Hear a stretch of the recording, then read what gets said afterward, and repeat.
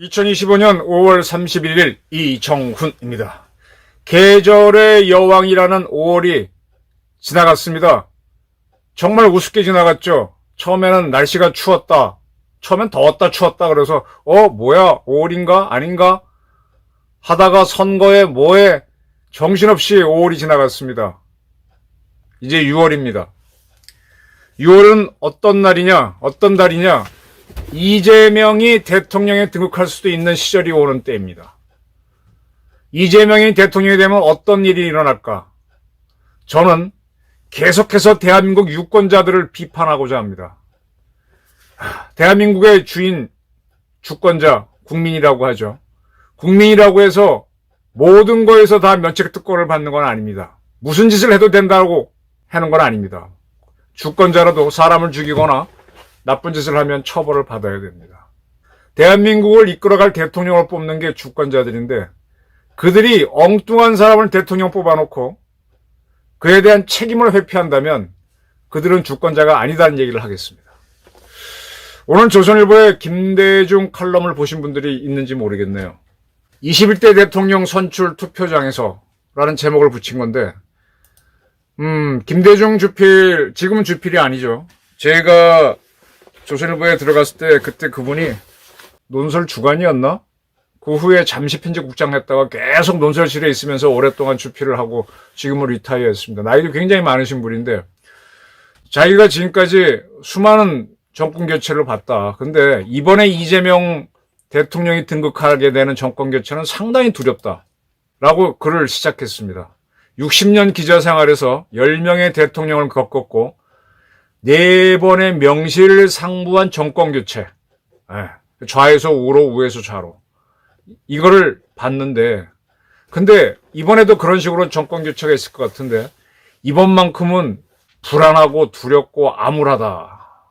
과거의 정권 교체 같은 경우는 좌파 정권의 방향이 예측이 됐었고, 또 우파가 너무 독선적으로 해온 게 있으니까 좀 변화도 줄 필요가 있었다 해서 수용할 수 있었는데, 지금 이재명으로의 정권 교체는 두렵고 도대체 어떤 결과를 나올지 예측할 수가 없다라고 김대중 주필이 얘기해놨습니다. 그러면서 레비츠키하고 지블렛이 쓴 민주주의는 어떻게 무너지는가라는 책을 내용을 소개하면서 이 민주주의는 선거라고 하는 투표를 통해서 무너지고 있다. 즉 선출된 권력이 독재를 하게 함으로써 무너지고 있다. 근데 선출된 권력이 독재를 하도록 만들어주는 게 누구냐? 바로 주권자인 국민들이다. 근데 국민들은 자기들의 행동 결과에 대해서 책임을 느끼지 않는다. 그냥 처벌하듯이 그래 윤석열 경제도 못 살리고 좌파 척결도 못하고 엉뚱하게 계엄령이라 했으니 에휴, 너 여기 같은 세력 필요 없어 하면서 처벌 차원에서 이재명을 택해버리고 난 다음에 지금 이재명은 압도적으로 독재할 수 있는 구도를 갖춰나가고 있는데 그래서 그 권력이 마구 쓸 때 이 국민들은 아무 무책임성을 느낀다. 책임감도 없다. 이렇게 되면 대한민국 정체성이 흔들릴 것이고 이게 대한민국 미래에 어떤 영향을 끼칠지 자기는 모르겠다. 아주 원로 언론인이 이런 칼럼을 썼습니다. 사실은 저도 비슷한 느낌을 갖고 있습니다. 조선일보에서 칼럼리스트 중에 강천석이라고 하는 분이 있습니다. 이분도 역시 80 가까이 되신 분이고 조선일보에서 거칠 건 다 거쳤고 역시 주필도 거쳤고 지금은 고문으로 있지만 일주일 전인가 하느님 너무하십니다 이런 제목으로 칼럼을 썼어요. 김대중 주필은 윤석열 정권이 계엄령을 한 거에 대해서 그렇게 혹독하게 비판하지 않았습니다. 근데 강천석 주필은 상당한 비판을 가했습니다. 저는 윤석열 대통령이 계엄령을 했을 때 상당히 혼란스러웠는데 그때 이런저런 사람 만나니까 하나같이 하는 얘기가 참 윤석열 바보 같다. 그런데 윤석열이 무너지면은 대한민국이 붕괴로 갈 것 같다. 좌파들, 빨갱이들이 너무 설치는 세상이 올 것 같으니까 그래도 윤석열을 좀 지켜주는 쪽으로 가야 되는 거 아니겠냐. 그런 의견을 피력하는 분들이 있었습니다. 저 역시 그렇게 봤기 때문에 저는 윤석열 계몽령을 지지하는 쪽으로 갔죠. 그런데 조갑재나 정규재, 김진 이런 사람들은 계엄령을 상당히 비판했습니다. 누구는 뭐 계엄령 비판하지 못해서 강천석도 역시 그랬고요. 조선일보도 비판했고 동아일보도 비판했습니다.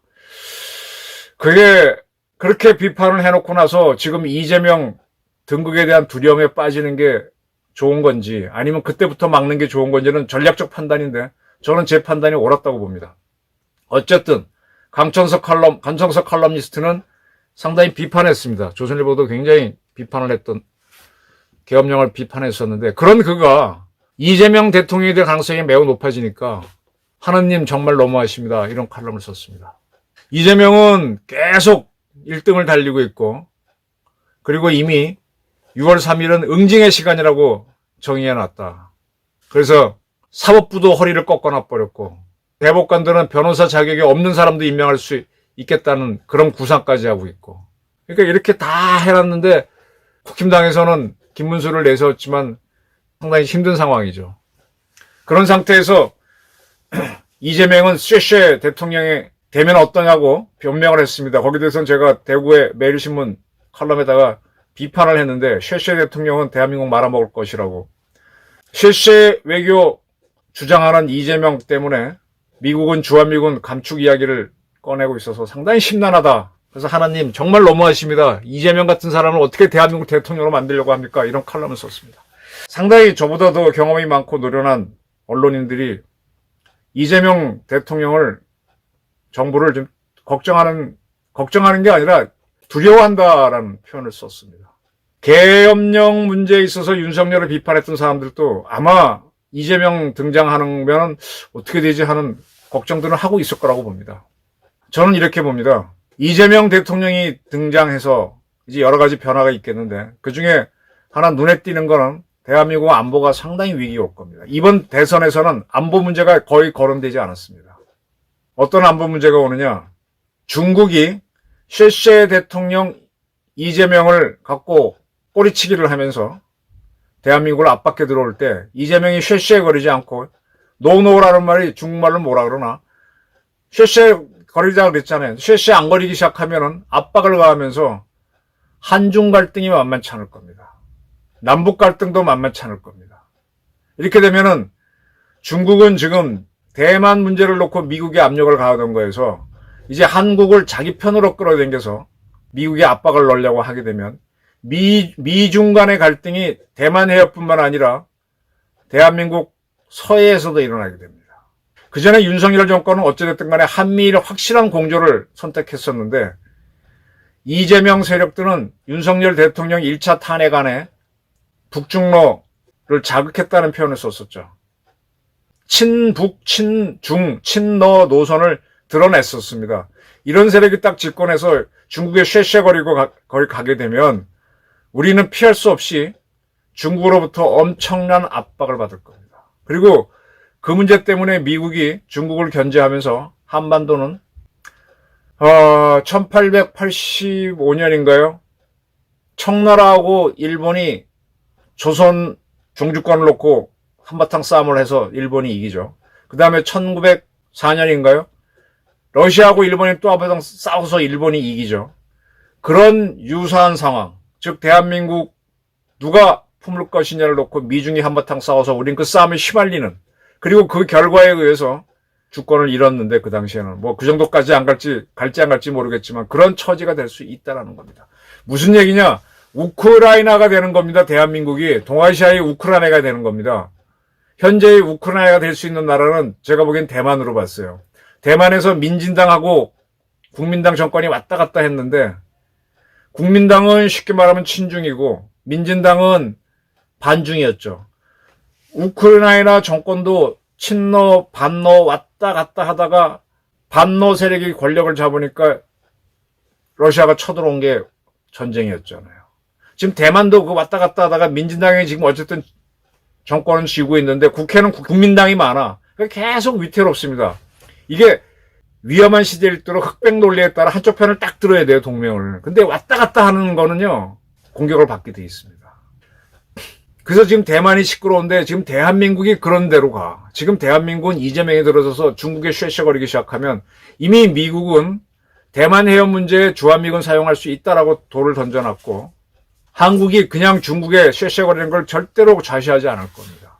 그리고 북한은 북한대로 개입을 하면서 굉장히 시끄러워질 겁니다. 이거는 지금 경제 문제, 계엄령 문제 갖고 윤석열 책임져서 정권 교체하자 이렇게 보시는 국민 여러분들이 상상도 못한 일들이 벌어질 수 있다라는 걸 제가 말씀드리는 겁니다. 안보가 실종되어 있기 때문에 이제 중국은 벌써 상당한 도발을 하고 있죠. 서해 124도선 서쪽으로는 대한민국 해군, 해경배가 한쪽도 못 넘어오도록 하고 있으면서 우리 동해, 남해, 서해를 중국의 내해로 쓰기 위해서 중국 해군들이 우리 울릉도, 독도 그쪽 공해상으로 많이 자주 들어와 작전하고 있습니다. 대한민국을 완전히 포위하고 있어요.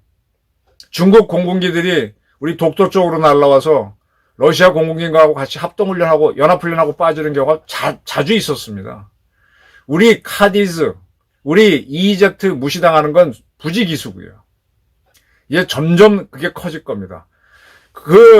우크라이나가 왔다 갔다 할 때 유럽에서도 독일 같은 경우가 러시아 쪽으로 많이 경도돼 갖고 러시아랑 친하게 지내고 어쩌고 저쩌고 하다가 결국 따닥 우크라이나 전쟁이 일어나니까 유럽이 각성이 된 거죠. 그리고 트럼프가 압박을 가해서 지금 그동안 편하게 동맹으로 띵까띵까 살다가 지금 국방비 늘려갖고 핀란드니 스웨덴이 이런 나라는 막 다 징병제로 가고 있고 국방비 안 쓰고 잘 지냈죠. 그러다가 어떤 나라는 여성까지도 군대를 가게 하는 식으로 지금 유럽이 지금 안보 비용 지출이 정신이 없습니다. 그중에 가장 대표적으로 깨진 게 미국하고 동맹을 하지 못하는 우크라이나가 처참하게 당하는 거고 우크라이나의 덕택에 나머지 나라들은 정신없이 지금 안보를 강화하고 있습니다. 이게 세계적인 추세인데 냉전이 강화되고 있는데 지금 미러 간의 갈등보다 미중 간의 갈등이 더 치열한데 대한민국에서 쉐쉐 대통령이 나온다? 저는 안보가 흔들리면은 저는 안보 다음에 안전, 그 다음에 SOC, 경제, 그 다음 교육, 복지 이렇게 보거든요. 지금 우리 복지나 교육에 너무 많은 돈이 들어가잖아요. 안보 굉장히 경시하고 있는데 이제 안보 비용이 올라가면서 경제가 스트레스를 받는 시대가 올 겁니다. 너무 경제가 좋아서 지금 대한민국이 1인당 GDP에서 일본을 앞섰습니다. 저는 제가 죽기 전까지 대한민국이 일본보다 1인당 GDP가 많은 날이 오리라고는 상상해 본 적이 없어요. 근데 그날이 제가 60이 넘은 지금 왔습니다. 저는 사실은 제가 제 생전에 남북 통일이 될 거라고 저는 믿었었어요. 그리고 내가 굉장히 하고 싶었고.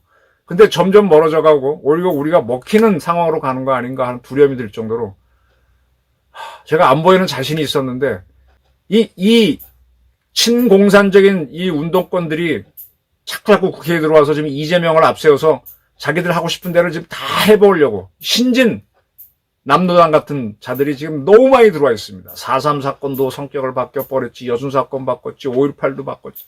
계속 역사 조작을 하면서 그게 민주화란 미명하에 윤미향 같은 사람까지 등장해갖고 위안부 가지고 무슨 장난을 치면서 민주화 그러면서 다 여러분들이 낸 세금을 그런 시민단체들이 빨아먹고 대한민국의 기생이면서 그런 세력들이 커갖고 지금 국회를 통해서 이재명을 통해갖고 이재명만 대통령이 되면 자기들이 한 거를 다 시연하고 싶을 겁니다.